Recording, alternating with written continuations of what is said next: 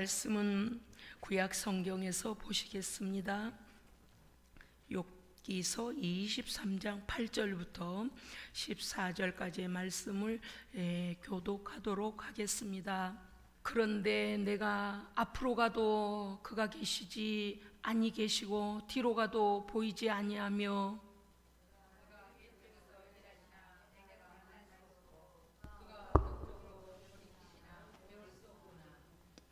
그러나 내가 가는 길을 그가 아시나니 그가 나를 단련하신 후에는 내가 순금같이 되어 나오리라.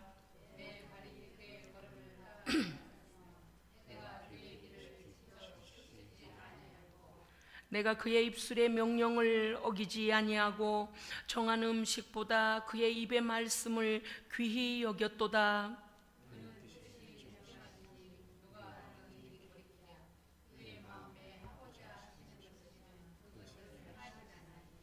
14절 우리 다 함께 읽겠습니다. 그런즉 내게 작정하신 것을 이루실 것이라. 이런 일이 그에게 많이 있느니라. 아멘.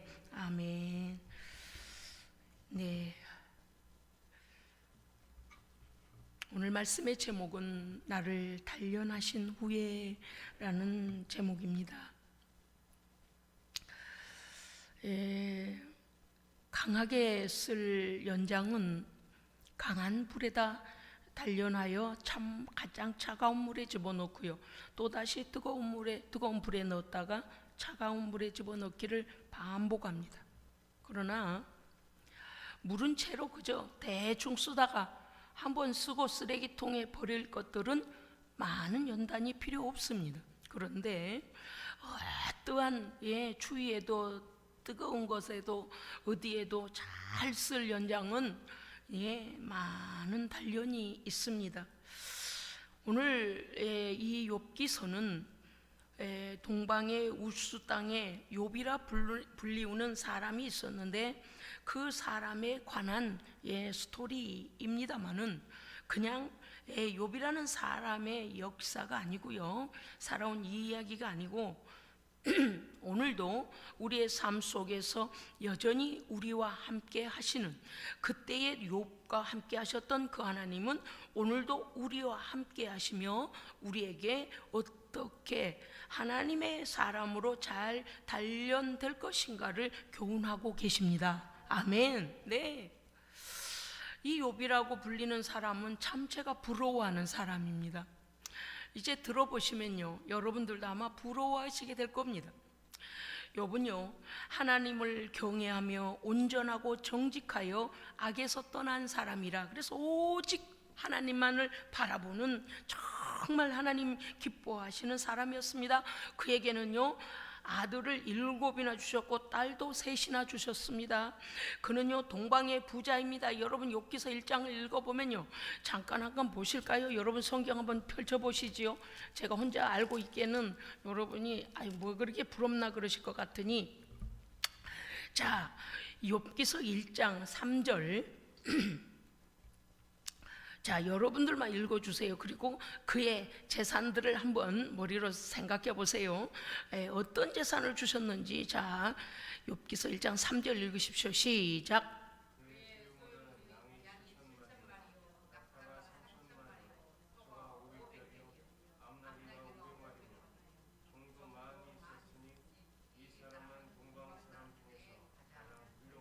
아멘.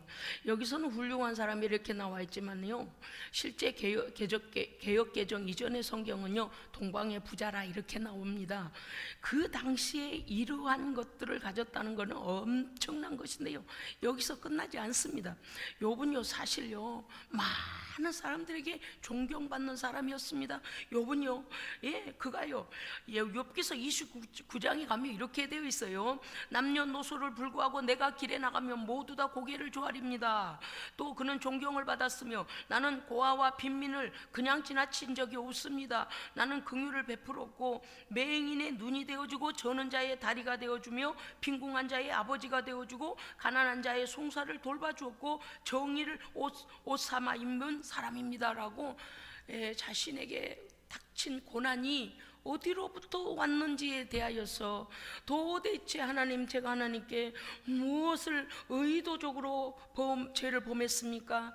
의도적으로 악을 행했습니까? 자기의 삶을 돌아보며 자기가 이토록 하나님의 말씀대로 살려고 애썼던 것들을 고백하는데 아주 대단합니다. 우리는 1장에서 말하는 간단하게 나오는 욥이 하나님을 경외하고 정직하고 온전하고 악에서 떠난 자라, 이 정도만 알고 있잖아요. 그런데 욥기서 29장에 가면요, 그의 삶의 모든 분야에서 모든 사람들의 눈먼 자의 눈이 되어줬다는 뭐예요? 그들과 함께 걸어주고 데려다주고 저는 자의 다리가 되어줬다는 것은 무엇입니까? 없고 걸어가 주었으며 빈궁한 자의 아버지가 되어줬다는 것은 무엇입니까? 자기의 가진 것을 가지고 아버지처럼 도왔다는 것이고, 가난한 자가 변호할 변호사비가 없어 송사의 억울함을 당할 때는 자기의 돈으로 송사비를 대서 그가 그 법정에서 억울한 일 당하지 않도록 도와줄 뿐만 아니라 고아와 가부와 빈민들에게는 자기의 창고에서 무엇이든지 갖다 먹이고 미피고 하는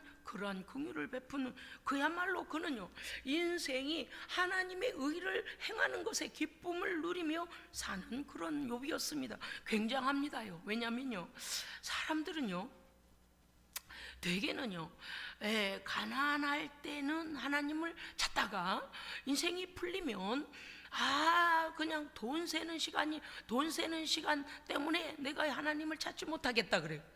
돈이 많으니까 친구가 많이 생기고, 친구가 많이 생기니 놀 일도 많고 갈 곳도 많고 할 일도 많고 즐길 게 너무 많답니다. 그래서요,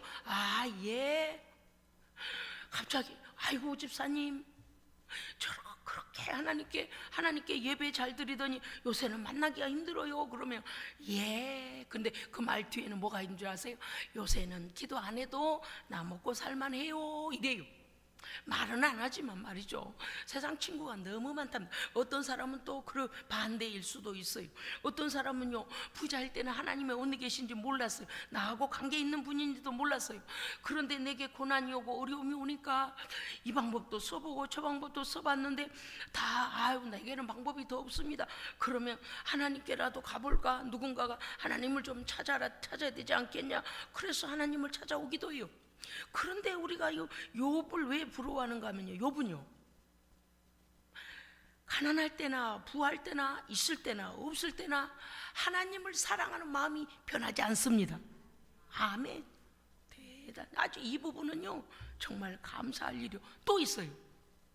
믿음도 좋고 이 땅에서의 축복도 받고, 이거 영육간에 그냥 와우, 너무 감사해요. 그랬더니 어느 날 무슨 일이 생기는 거 아니?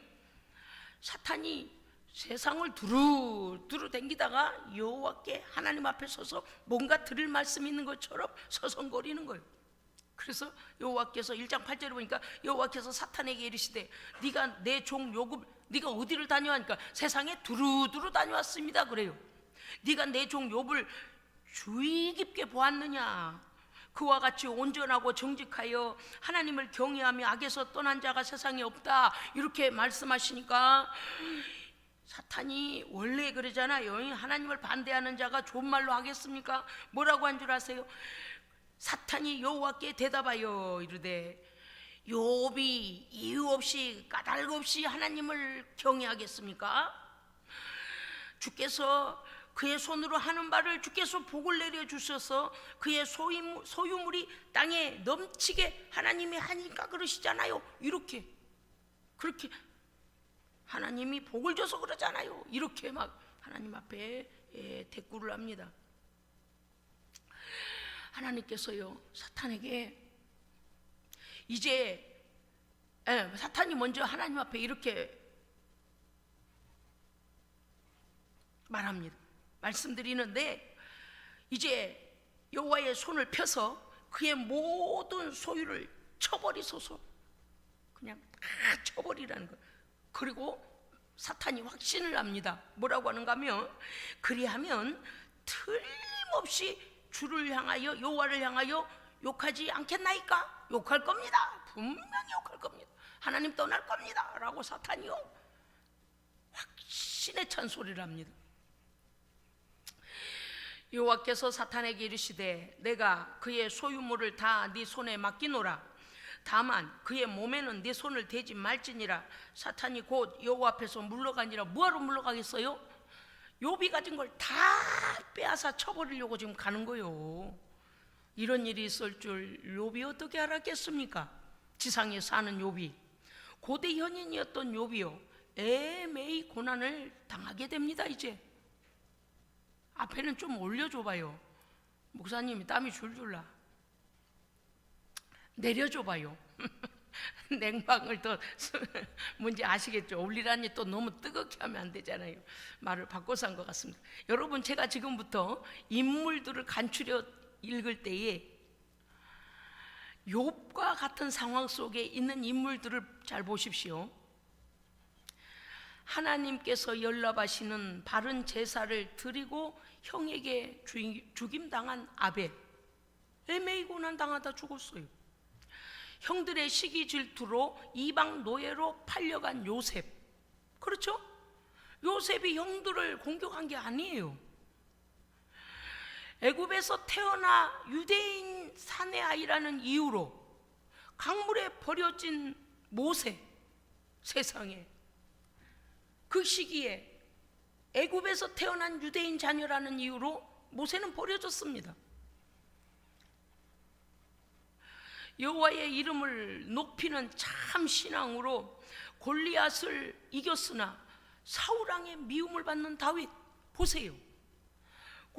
골리앗을 죽인 것은 왕인 사울왕에게 득이 되는 일입니다. 왜냐니 이스라엘이 이방 민족에게 지금 조롱을 당하고 들에서 이 곡식도 다 빼앗기고 농토도 빼앗기고 이러고 있기 때문에 다윗이 골리앗을 이겨준 것은 사울왕이 칭찬할 만한 일 아닙니까?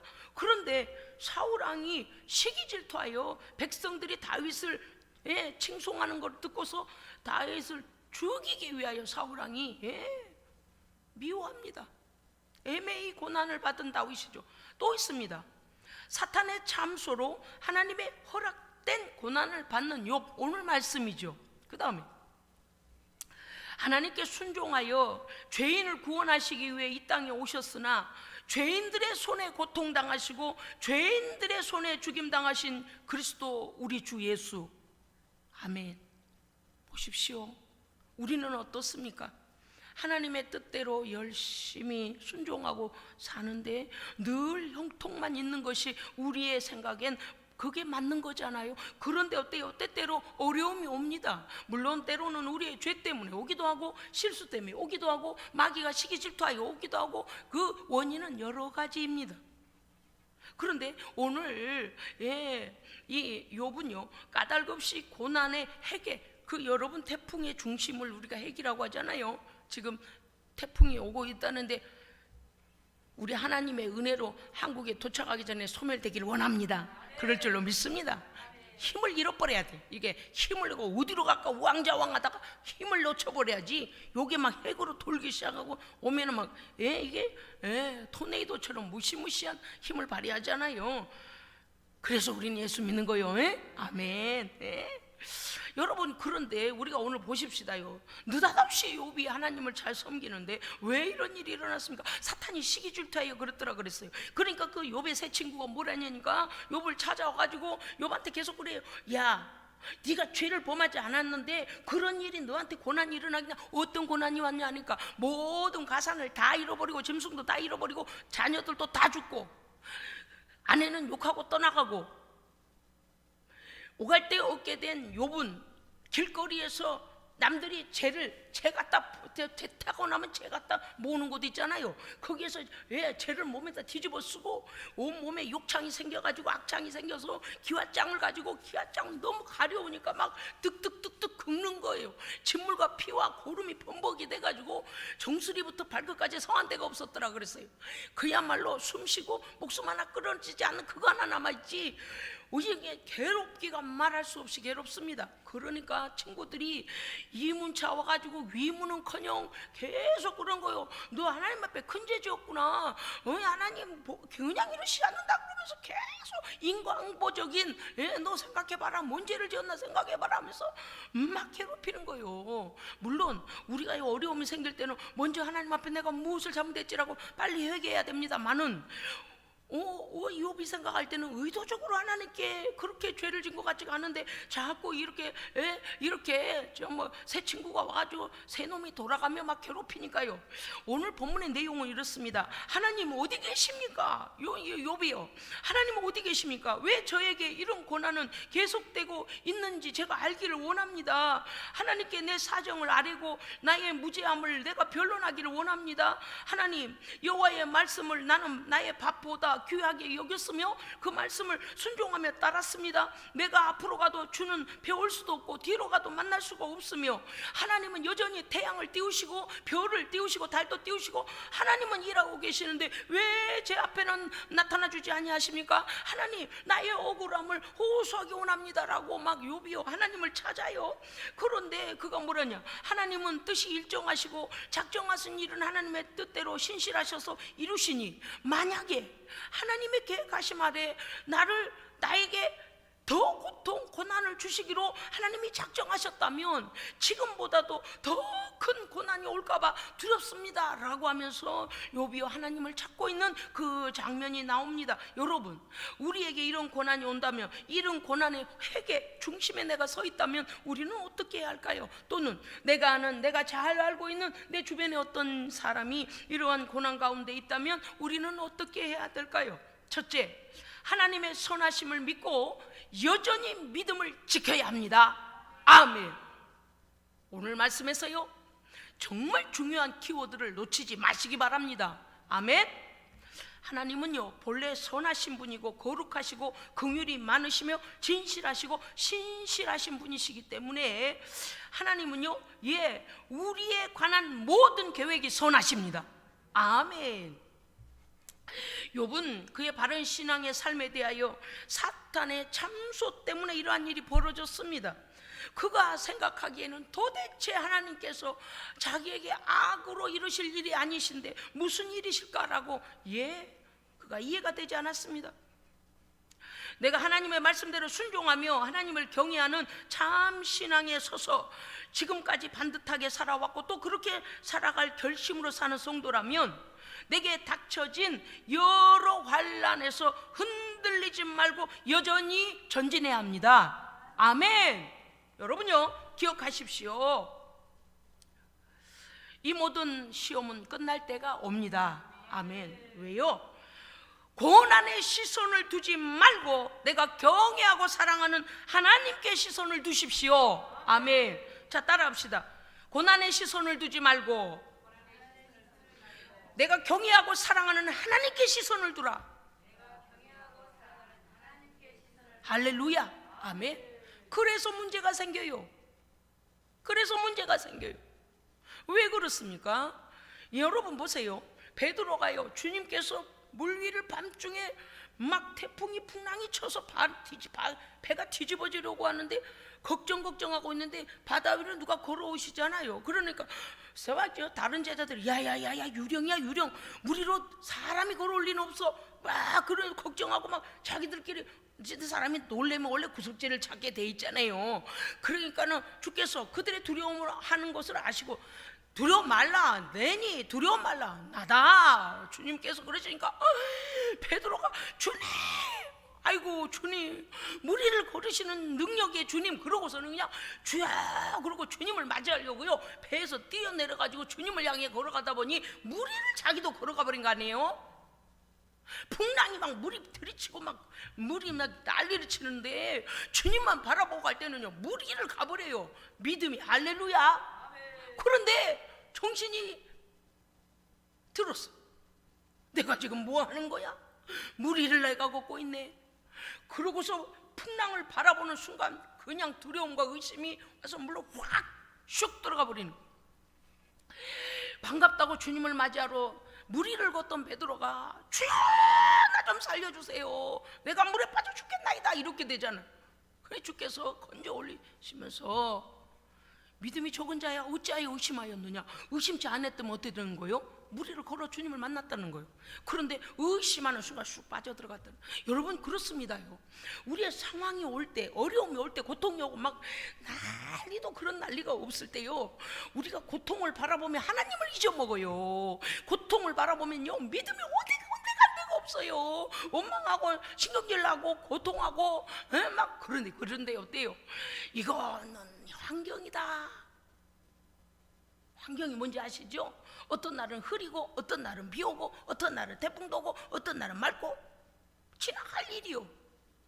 하나님께서 나를 향하신 사랑이 변하지 않는 이상 우리도 주님을 향한 시선을 놓쳐서는 안 됩니다. 아멘. 이거 중요해요.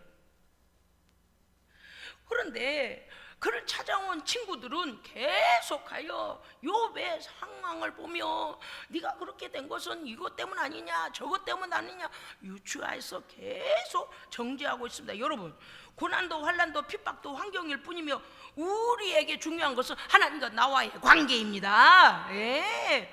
내가 또 이 고난을 받되 부끄러워하지 아니하면 나의 의리한 자를 내가 알고 할렐루야. 네, 내가 믿는 내 하나님을 내가 알고 네, 나를 향하신 선한 계획을 가지신 거룩한 분이 완전한 분이신 나의 아버지이심을 내가 알고 또한 나의 의탁한 것을 그날까지 그분께서 능히 지키실 것을 내가 확신합니다. 아멘. 여러분 우리가요 정말 믿음 좋은 사람은요 가난해도 부해도 어떠한 상황에서도 믿음이 변하지 않습니다. 네, 그건 중요해요. 왜냐하니 정금은 변하지 않아요. 오히려 불순물은 태워지고 씻겨지고 제거될지라도 정금은 어때요? 금은 금대로 뭉쳐서 더 빛을 발합니다.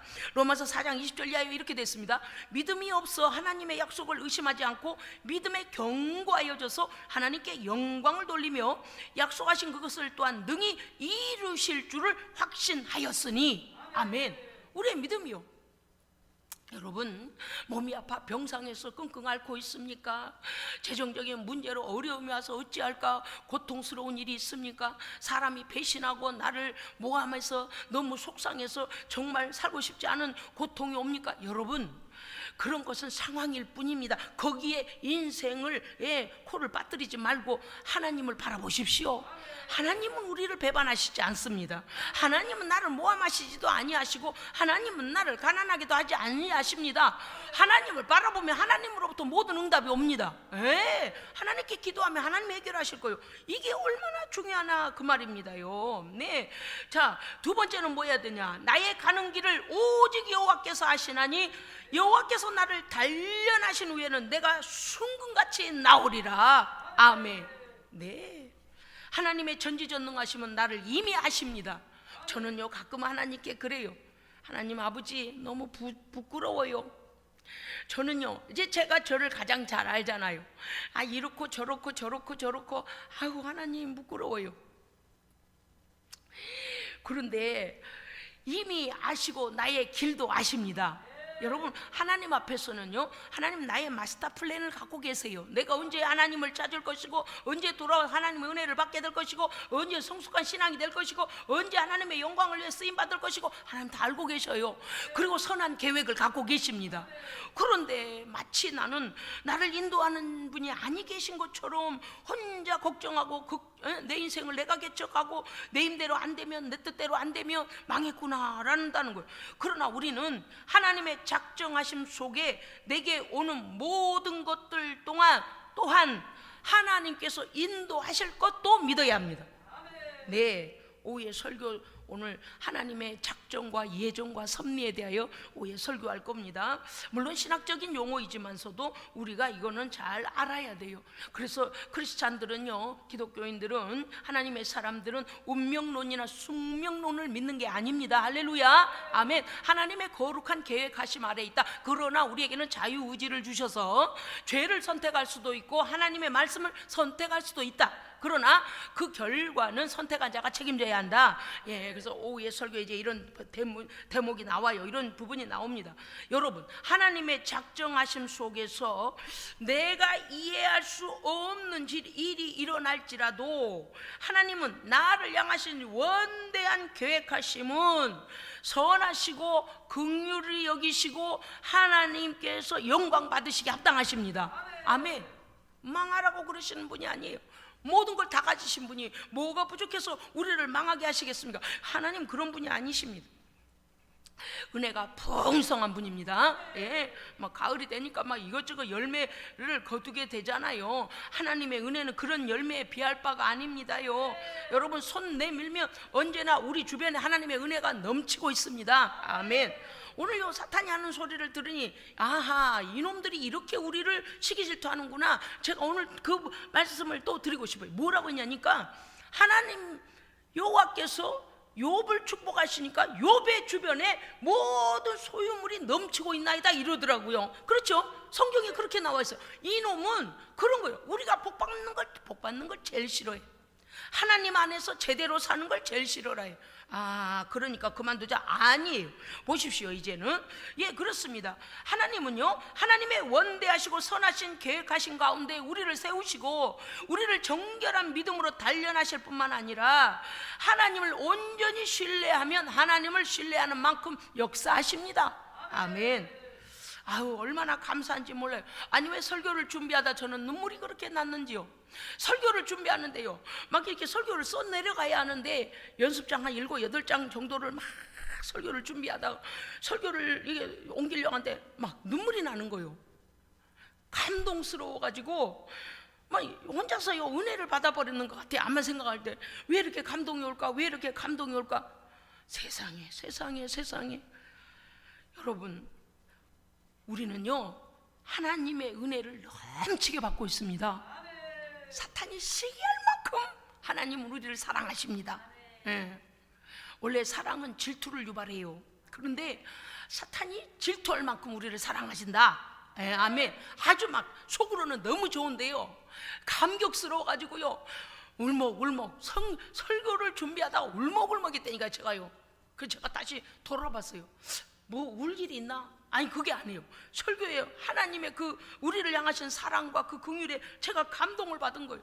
쓰고 있는데 이런 생각이, 하나님 아버지, 설교자가요 성령의 역사하심으로 이 감동, 하나님의 이 마음, 이 뜻 다 제대로 좀 전하게 도와주세요 하나님. 제가 기도하면서 설교를 옮겨 적었어요. 너무 감동스러운데 정말 우리 성도들께 이게 전달이 되려나? 내가 부족해가지고 혹여 이 감동을 제대로 전달하지 못하면 어떡하나. 그래서요 설교를 옮겨 적다가요 하나님께 기도하면서 옮겨 적었다니까요. 여러분, 우리는 고난과 환난 그때에 낙심하면 안 됩니다. 반드시 기도해야 됩니다. 기도해야 돼요. 뭘 기도해야 되냐면요, 하나님, 내가 인내할 수 있는 믿음을 부어 주시옵소서. 왜냐니까 고난이 오고 환난이 오면 자꾸 그쪽으로 눈이 가는 거요. 그 고통에 눈이 가는 거요. 그래서 어떻게 해야 돼요? 성령님, 하나님만 바라보게 해주세요. 성령님, 이거 지나갈 줄 압니다. 이거 치유될 줄 믿습니다. 하나님께서 회복시키실 줄 믿습니다. 그래서 회복시키실 주님을 바라봐야 되는데 혹여 우리가 그 고난과 역경 어려움 때문에 환난을 보게 될까봐 성령 하나님, 나에게 인내하는 믿음을 주옵소서, 견디는 믿음을 주옵소서 라고 기도해야 된다. 다른 때보다 더 기도하고 더 기도하고 더 기도해야 됩니다. 믿음이 변하지 않기 위하여 성령 하나님의 위로와 능력 주시기를 기도해야 됩니다. 예. 성령님의 위로가 없이는, 성령님의 붙들어 주심이 없이는 넘어지고 자빠지고 쓰러지고 우리 연약함을 이님이 알잖아요. 더구나 약한 영적 존재가 우리를 어떻게 해요? 야 예수 버려, 야 쓰러져, 야 여길 좀 쳐다보라니까, 이 풍랑을 보라니까 우리를요 자꾸 하나님 바라보고는 시선을 자꾸 거기를 쳐다보래요. 그러니까 욥도 자꾸만 그 기왓장으로 자기의 온 몸에 상처가 뭐요, 이거 종기가 나서 악창이 생겼다 그랬잖아. 그걸 득득득득 긁어가며 고난이 이루 말할 수 없어. 자기에게 남은 게 아무것도 없어요. 혼만 안 끊어졌다니까요. 그러니 얼마나 고통이겠습니까? 여러분, 우리는 하나님께 기도해야 됩니다. 왜요? 지금까지 평안한 날 깨닫지 못했던 것들을 하나님의 은혜, 그 더 깊고 넓고 하나님의 어마어마하신 높은 사랑을 깨닫기를 기도해야 됩니다. 아멘. 이런 사람은 진짜 믿음. 고난 중에서 하나님의 더 깊은 사랑을 깨닫고, 그런 사람은요 정말 믿음 있는 사람이거든요. 그런데 고난에 믿음을 떠나보내거나 입술을 버리면 안 된다고 말이에요. 자, 또 여러분, 중요한 키워드의 말씀은 절대 잊지 말아라. 믿음으로 기도했거든 믿어라. 그 다음에 믿음으로 해석해라. 믿음으로 선포해라. 믿음으로 살아내라. 보십시오, 뭐 하나 버릴 게 있어요? 이 중에 하나가 안 되면 문제가 생겨요. 네? 믿음으로 기도해 놓고서 될라나 모르겠네, 하나님은 내 기도는 안 들으셔, 아마 못 들으셨던가 봐, 이렇게 자꾸 의심이 된다거나, 왜 꼭 믿음으로 기도해 놓고서리 말을 하는데 들어보니 아이고 그럴 리가 있어, 하나님이 뭘 고쳐주겠어, 하나님이 뭘 회복시켜주겠어, 이렇게 말을, 불신앙적인 말을 한다거나, 이게 뭐예요? 불신앙적으로 해석하고 불신앙적으로 선포해버리는 거예요. 이러면 어떻게 돼요? 하나님은요, 우리가 믿음으로 고백하는 일을 들으시고, 그 일의 고백을 들으시고 그 일을 이루어 주시려고 이미 준비하고 보내고 계시잖아요. 그런데 우리가 아니 그럴 리가 없어, 될 리가 없어, 이러면 어떻게 고도버리신다는 거예요. 하나님의 역사하심이 일어나질 않아요. 그러니까요, 여러분요, 이게 믿음으로 행하는 데까지 가기, 믿음으로 살아내는 데까지가 얼마나 중요하겠습니까? 이게 중요해요. 다시요, 믿음으로 기도했거든 믿고, 믿음으로 해석하고, 믿음으로 선포하고, 믿는 대로 살아내라. 그 중에 하나라도 불신앙적인 말 하면 안 돼요. 우리가 여기서 자꾸 클레임이 걸리기 쉽다 이 말이에요. 기도는 잘했는데 기도 안에 하나님의 응답을 딱 담아서 보내셨는데 우리가 뭐래, 그럴 리가 없어, 우리가 그럴 리가 없어, 싹 그러면 안 된다고 말입니다. 그렇습니다. 흔들리지 않는 것은 땡땡땡 침대가 아니라 하나님께 대한 우리의 믿음임을 증명합시다. 네, 흔들리지 마. 아우, 제가요 오늘까지 이렇게 번듯하게 살아있는 것은 하나님께 내놓을 것도 없고 자랑할 것도 없고 붙잡을 끈이 없어서 오직 하나님의 끈만 잡고 있습니다. 제가요 세상에는 붙잡을 끈이 없어요. 이제는 100억도 다 날아갔고 그까짓 거 하루아침에 훅 부르시니까 그냥 샥 날아가더니 그까짓 거 생명 건져준다고 살아요. 아이 사람도 외면하고 돈 있을 때는 막 국회의원도 나가라, 뭐도 정치 좀 해라 막 뛰어들고 난리더니만은 돈 떨어지니까 길에서 만날까봐 딱 길을 돌아서 가더만 이게 무슨 꼴이야. 아이고 이 그런 일이야. 그렇습니다.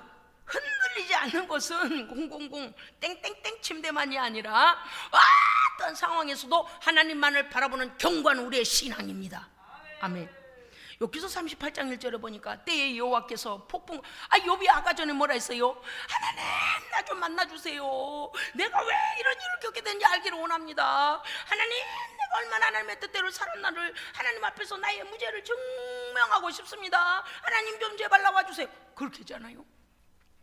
드디어 38장 가면요 하나님께서 그를 만나주시는데, 때에 여호와께서 폭풍 가운데로서 욥에게 말씀하여 가라사대 내가 땅에 기초를 놓을 때에 너 어디 있었느냐, 천지 만물을 지을 때에, 천지를 창조할 때에 너 어디 있었느냐, 내가 질서대로 내가 만든 만물을 다스리고 섭리하고 나의 의를 행할 때에 내가 구름을 날려보내고 동물들이 막 호흡하고 걸어다니고 뛰고 막 내가 이 모든 걸 다 할 때 너 어디 있었느냐, 욥에게 이렇게 질문하셔요.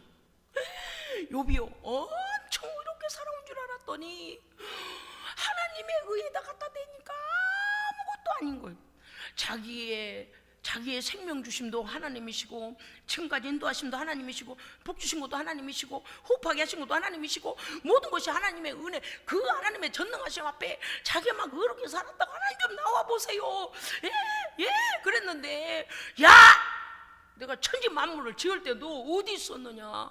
하나님의 먼 계획 안에 들어 있었던 거죠. 욥이란 자를 내가 동방의 우스 땅에 보내리라. 하나님의 계획하심에 있었던. 그러면 욥은 뭐를 했냐 그 말이요. 하나님의 천지 창조할 때 욥이 하나님을 도왔느냐 이 말이요. 야 욥이요 하나님의 말씀을 듣고 나니까 뭐라는지 보십시오. 40장 2절 가면 하나님과 변론한 자는 대답해 봐라. 나와서 변론하자고 하는 놈아 말 좀 해봐라. 하나님은 놈이라고 안 하셨습니다만은 하나님 나와 변론해요. 왜 이러시는 거예요? 라고 말하는 너 이리 나와라. 대답해봐라 이러시니까 40장 3절에 가면 욥이 여호와께 대답하여 가로되 주여 나는 미쳐나오니 손으로 내 입을 가립니다. 이렇게 나와 있어요. 할 말이 없습니다. 42장 2절에 가면 욥이 이렇게 말합니다. 주께서는 무소불능하시오며 완전하시니 주의 무슨 경영이든지 이루시지 못하시는 것이 없습니다. 내가 주께 대하여 전에는 귀로만 들었사오나 이제는 눈으로 주를 배움나이다. 예, 여호와의 말씀이 그를 깨닫게 하실 때에 그는 이제 알았습니다. 내가 대단히 의롭게 살아온 줄 알았지만 하나님의 전능하신 의 앞에서 우리를 향하여 모든 것을 우리를 위하여 하신 그 하나님 앞에서 나의 의는 아무것도 아니구나. 그것 또한 하나님께서 의롭다 여겨주셔야 의가 되는 거죠. 그래서 욥이 이렇게 고백합니다. 그러므로 내가 스스로 나를 향하여 한탄하고 나는 아무것도 아니구나, 나는 아무것도 아니구나라고 스스로 한탄하고 티끌과 제 가운데서 내가 회개하나이다. 아멘. 남보다는 우월하게 참 경건하게 살아온 욥이었습니다마는 하나님의 전능하심 앞에다 대니까 아무것도 아닌 존재임을 알게 됩니다. 그리고 회개했습니다.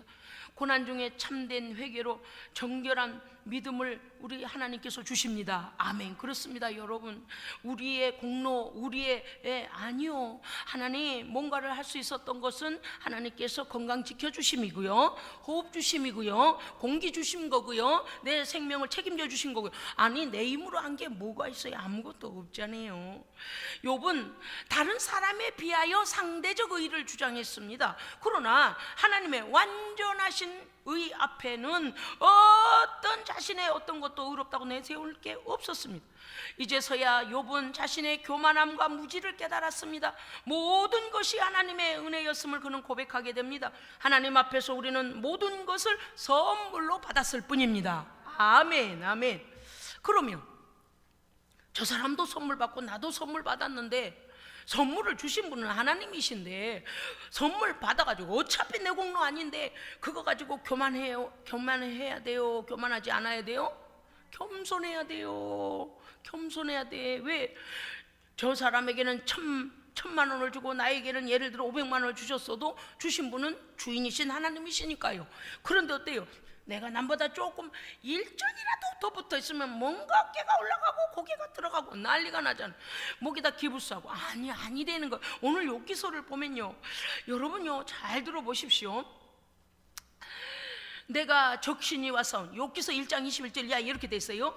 내가 내 어미 모태에서 뻘건 핏덩어리로 나와 싸운즉 내가 또한 적신이 돌아갈지라, 내 아무것도 가지지 못하고 돌아갈지라.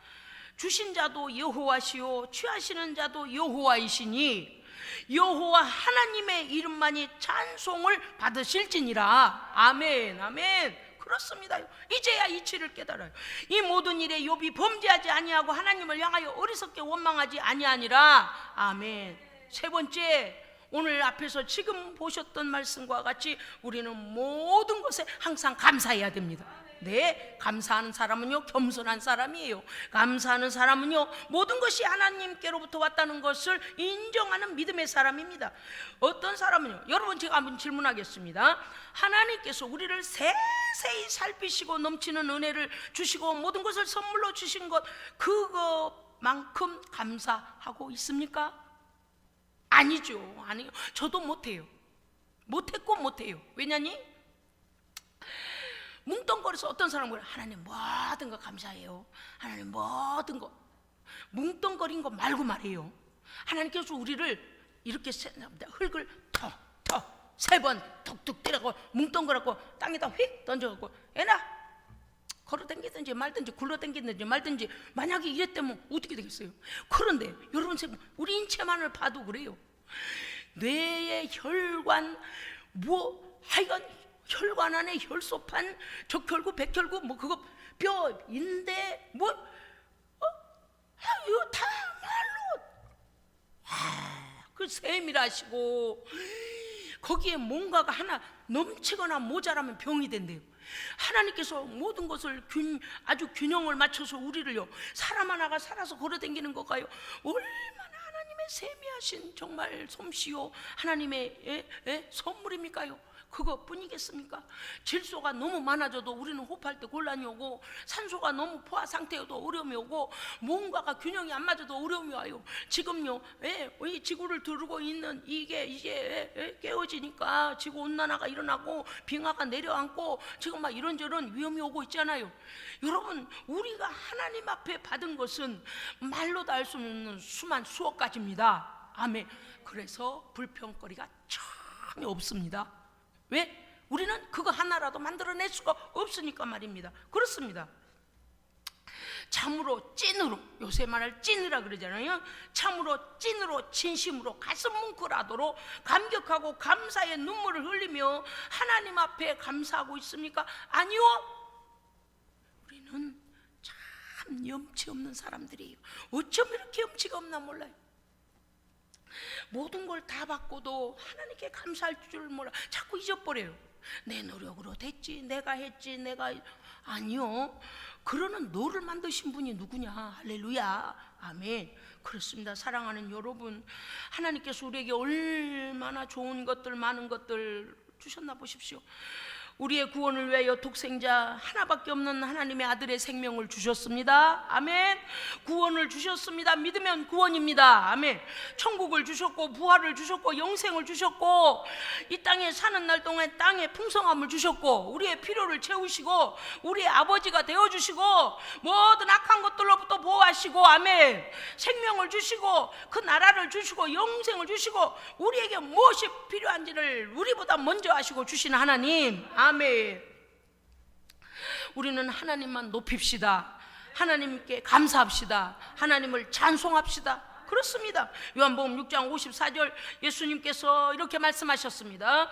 예수께서 이르시되 내 살을 먹고 내 피를 마시는 자는 영생을 가졌고 마지막 날에 내가 그를 다시 살리리니. 기도하겠습니다. 하나님 아버지, 오직 감사밖에 없습니다. 날마다 기쁨으로 찬송하고 감사하고 하나님께 영광 돌리게 하옵소서.